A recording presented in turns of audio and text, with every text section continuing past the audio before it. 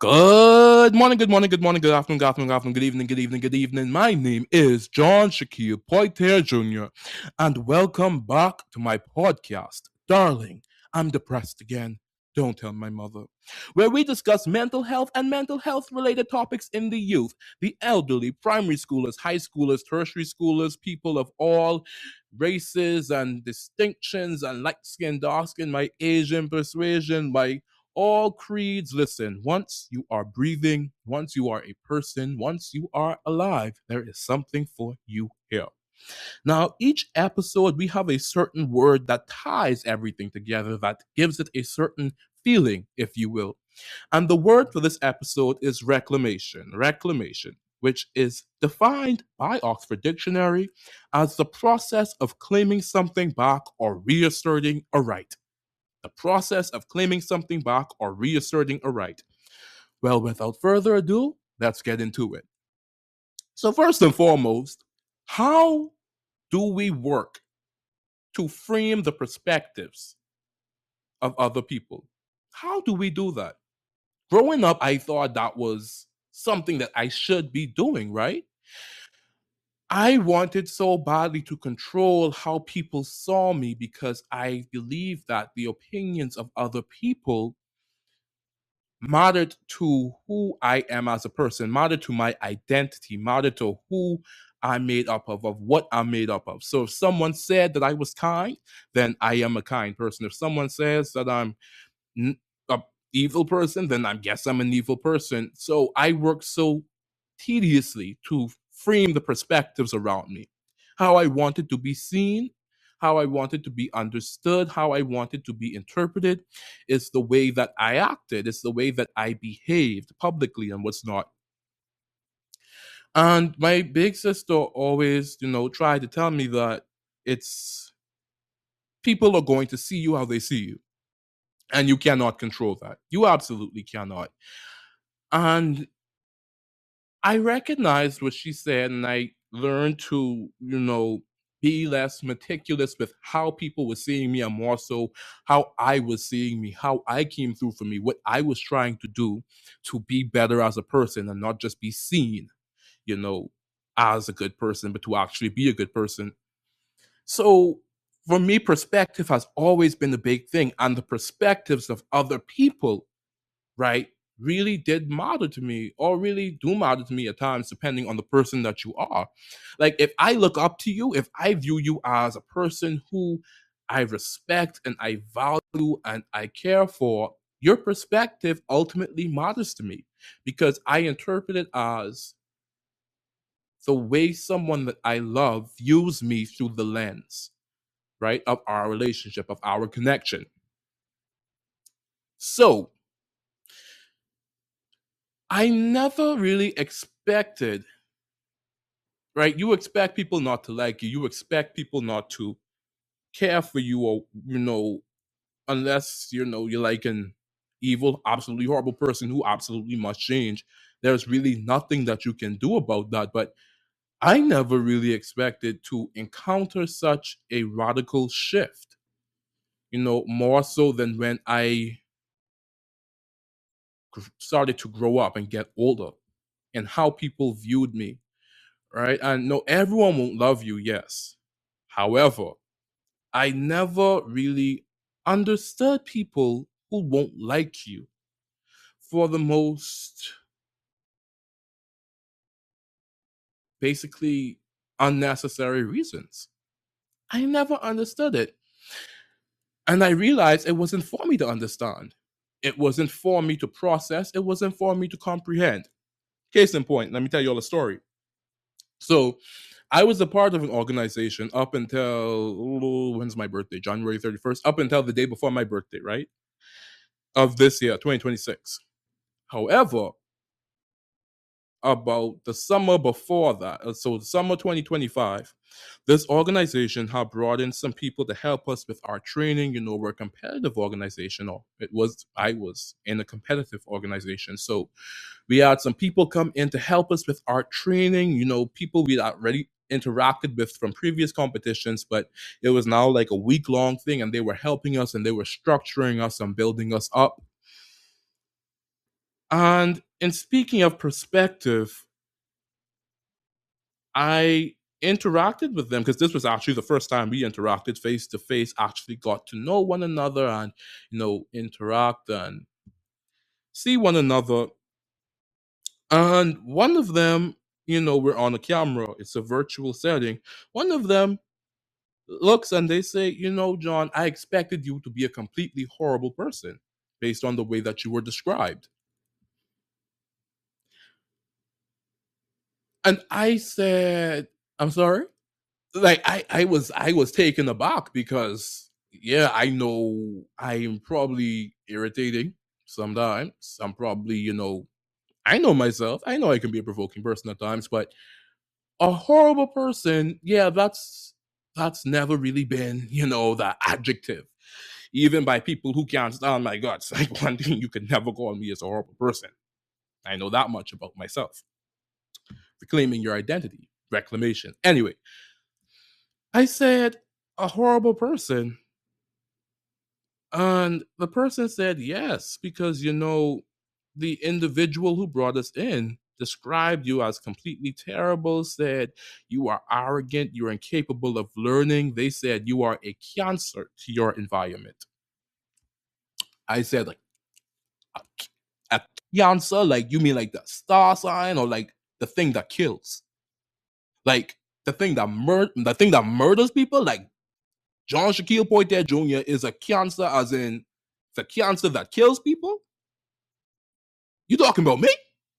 I couldn't, like, I was taken aback. I was flabbergasted. I was shocked. I literally looked at the camera and my jaw dropped. And it takes a lot for me to shut up. I genuinely was in shock because it's the first time. Listen, I don't care what people say behind closed doors, but it's the first time someone had ever described me, to my knowledge, in such a way. So when I heard that, I was in a state of bewilderment and I said, are you sure? Like, is this real life? Like, are there cameras being pointed towards me? And the person who had been brought in said, no, you were described as a cancer.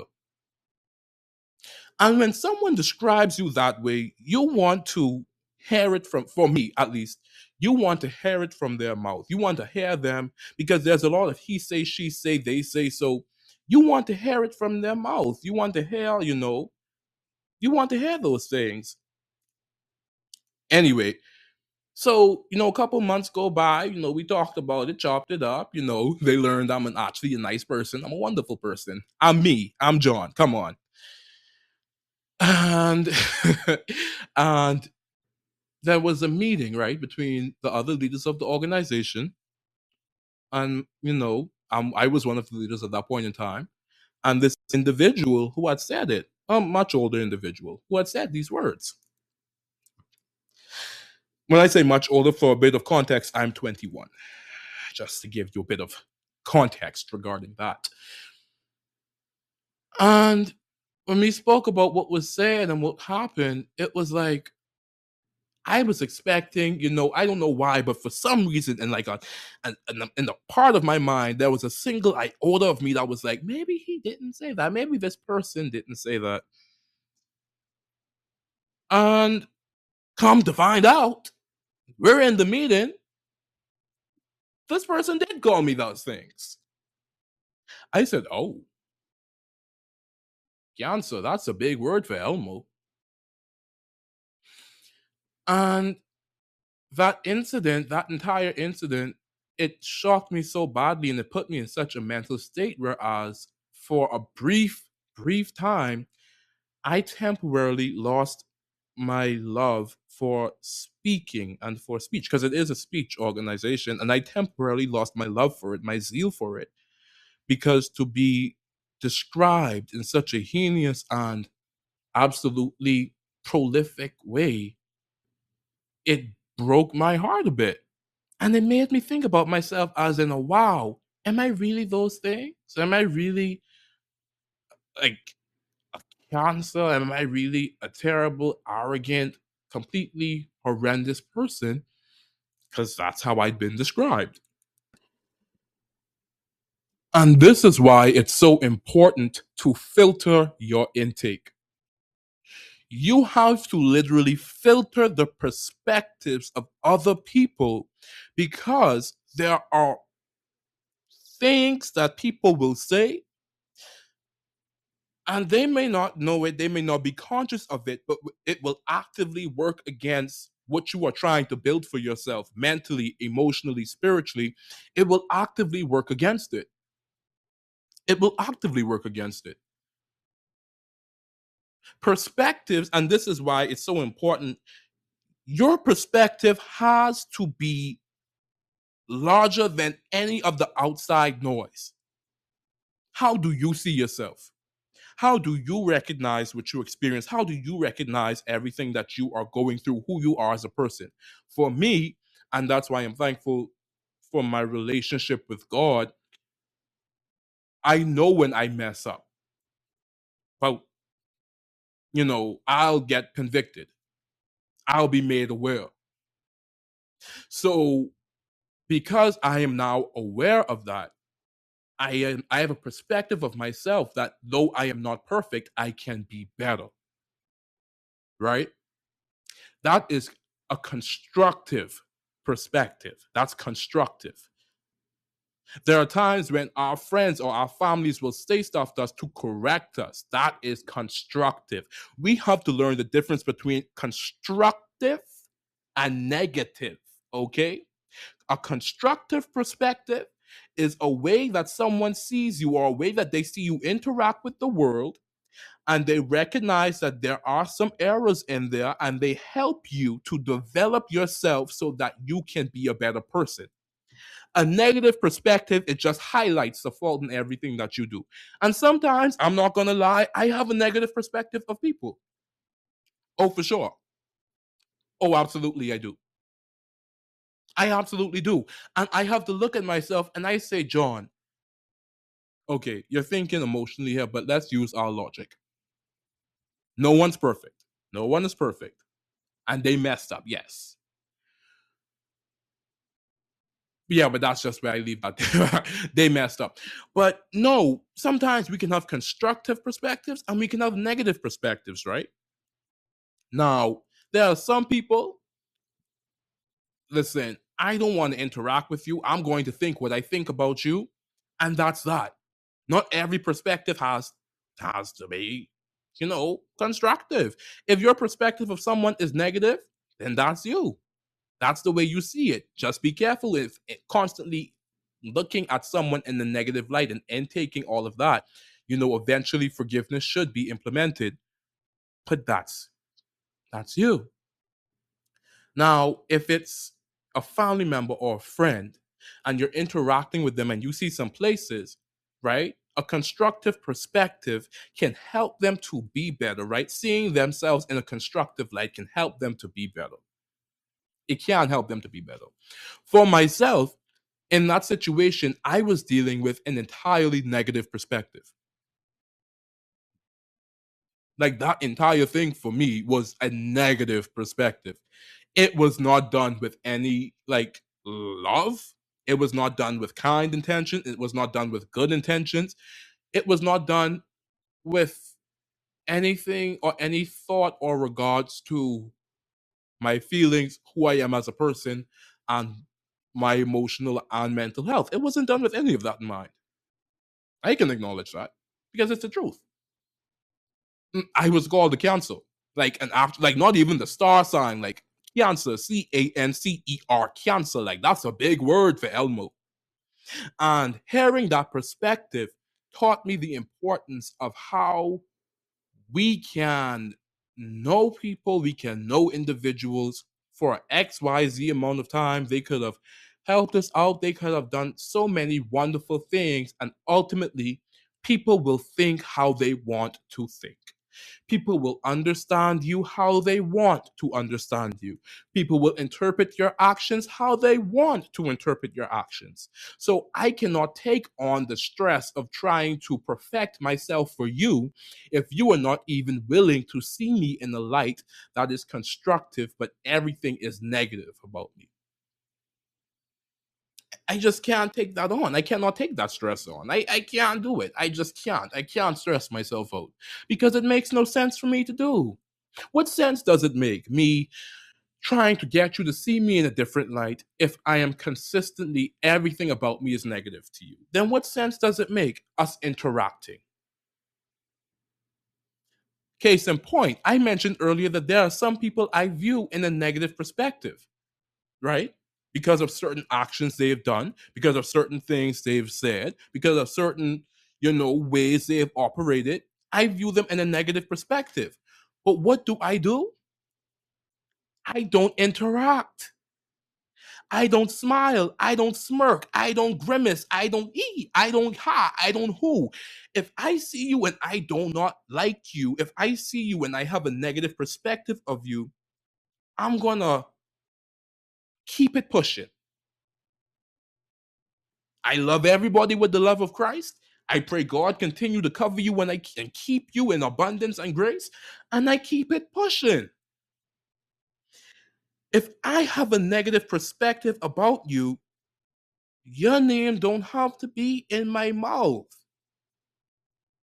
If I have a negative perspective about you, you do not have to be the focal point of every conversation because I don't like you. Y'all see what I'm getting out here, right? If you know you have a negative perspective about someone, if you know that you view someone in a negative light, they do not have to be involved with your life outside of a professional sense if you work together. And if you do not work together, you do not have to interact with someone you view in a negative light. And I had to learn that I don't have to interact with people that I do not like. I had to learn that. I had to learn that it is okay for me, mind you, I have to love everyone with the love of Christ, like I said. But it is okay for me not to interact with people that I do not see in a positive light. It is okay for me not to like somebody. That is okay. I forgive you. We've moved on. But we're keeping distance because I don't want anything to do with you. That is okay. And in guarding your perspective and guarding the way that you see people and guarding the way that you frame your perspectives, you also have to understand you're not always going to be 100% right. I'm not always 100% right. There are people whose actions I've misinterpreted. There are people whose words I've misinterpreted. There are people who I have interacted with in the wrong way. And I had to understand the perspective that they had about me. And I just had to take it to the chest and keep on moving. For example, within this same organization a few years ago, there was another situation. I had a perspective about a person. And because of that, I limited interaction, right? And this is what I mean take it to the chest and keep on moving. I tried to limit interaction, and the person kept trying to talk to me, kept trying to interact, kept trying to engage. I did not want to engage. I do not want to engage. I did not want to speak to this person. I do not want to speak to this person. I did not want to interact with this person. I do not want to interact with this person because, in my beliefs, the way that person is set up and with regards to whatever they have going on, it does not align with me morally. Anyway, as we continue, so I did not align with this person's moral beliefs, and I decided not to interact. So this person reported me for not speaking to them. And this is what I mean. Sometimes you have to take someone's perspective on you and to the chest and just move on, let it roll off and take it to the chest. Because whereas, you know, a normal person would have said, okay, John doesn't want to speak to me, is what it is, I'll move on. Because at the end of the day, I ain't no bread and butter and you ain't no bag of chips. We don't have to interact. Do you see what I'm saying? So whereas a normal person would have just done that, take the perspective to the chest and roll on, this person reported me for not speaking to them. They reported me for not speaking to them. I said, okay. I went, I had the meeting, and it's coincidentally, the meeting was with an individual, the individual who had, called me a cancer. The person said, I'm going to have to remove you both from the organization if you do not speak. And I said, okay, so I am being punished for someone else's actions because that is what it felt like. And because this person had the inability to just take the perspective I had and let it roll off and keep it pushing, we don't have to interact, we don't have to, X, Y, and Z at that point in time, because that person did not have that ability, it made things so much more difficult in my life. And this is what I mean when I say the perspectives of other people cannot be the core of your identity. You have to reclamation is the word of the episode. You have to be willing to reclaim positive things about yourself from other sources. For me, my source is God. If God says I'm good, then I am good. If God says that I am worthy to be loved, then I am worthy to be loved. I reclaim from those sources, because reclaiming from the perspectives of other people will always leave me wanting more from other people. It will always make me dependent, fishing for compliments, fishing for praise, fishing to be interacted with. You have to know what the core of your identity is. And so it was easier for me to get over that hump of being called a cancer and arrogant and, so many other things. It was easy for me to get over that hump when I, was at the halfway point, because I began to realize, if God is saying that if I'm not feeling convicted, and I check myself, if I talk to my family say, if I talk to my friends say, so if everyone is saying these positive things about me, if everyone has these positive perspectives about me, then what I believe about myself, it has to be true, right? If God is saying that I am good, then that has to be true, right? And I had to learn, even with the positive stuff, I had to learn to not be so dependent on other people complimenting me, other people seeing me in a good light, the perspectives of other people that lifted me up. I had to learn not to be so dependent on that, because that situation taught me that people can change. The situation taught me that perspectives can change, that viewpoints can change. And so for me, as a person who tries to lean into his faith, I had to learn to be more so dependent on what God thought of me, on an unchanging thought and point of view that could constantly allow me to reclaim, that would constantly allow me to refresh and renew myself and the core of my identity. So the identity crisis was pretty big. I'm not gonna lie. It was pretty big. Like I said, it was easy to get over once I got to the half point, but it was pretty big at that point. And it was something that it took me a little while to just, whoosh, like, take it to the chest, whoosh, take it to the chest, whoosh. And I'm telling you about it. I'm telling you about taking it to the chest now and just letting it roll, like letting the perspectives, apologies, roll off, because that's something that I had to do and work with. And I'm sure it's something I'm going to have to work with a lot in my lifetime. I am positive. When people see you doing good, and listen, I don't want to toot my own horn, but toot. When people see you doing well, when people see that you are aspiring to certain heights, when people see that you are aspiring to be more, do more, see more, and want more for yourself, there is always going to be a perspective that aims to tear you down. There is always going to be a perspective that aims to do that. There is always going to be a person that doesn't think you can. There is always going to be a perspective that works to increase the shadows in your peripheral. But you have to remember that the shadows around you don't determine the light that is ahead of you. You have to remember that the perspective that truly matters is, how do you see yourself?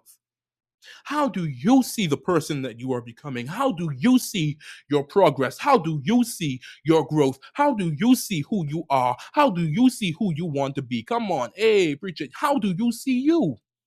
That's the perspective that matters. That's what we have to hold in the core of our identities. That's what we have to believe in. You can tell me so many nice things about how you see me. You can tell me so many negative things about how you see me. And ultimately, what really makes the cake is how I look inside myself and how I view myself. The negative things that you tell me,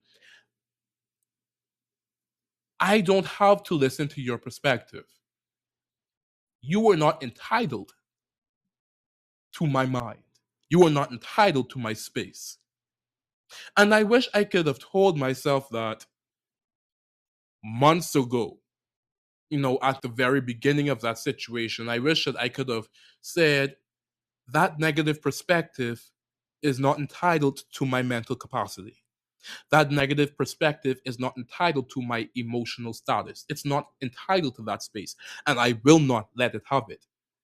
But you live and you learn. And I'm learning it now. So I am grateful and I am happy that I believe in who I am. And God believes in who I am. And God has given me people who can reinforce, right, who I am. And I take that reinforcement, I take that reclamation, word of the episode, and I take that and I build better for myself. I believe in better for myself, so I am better for myself. This has been John Shaquille Poitier Jr. signing off of this week's episode. Darling, I'm depressed again. Don't tell my mother. I'll see you next time.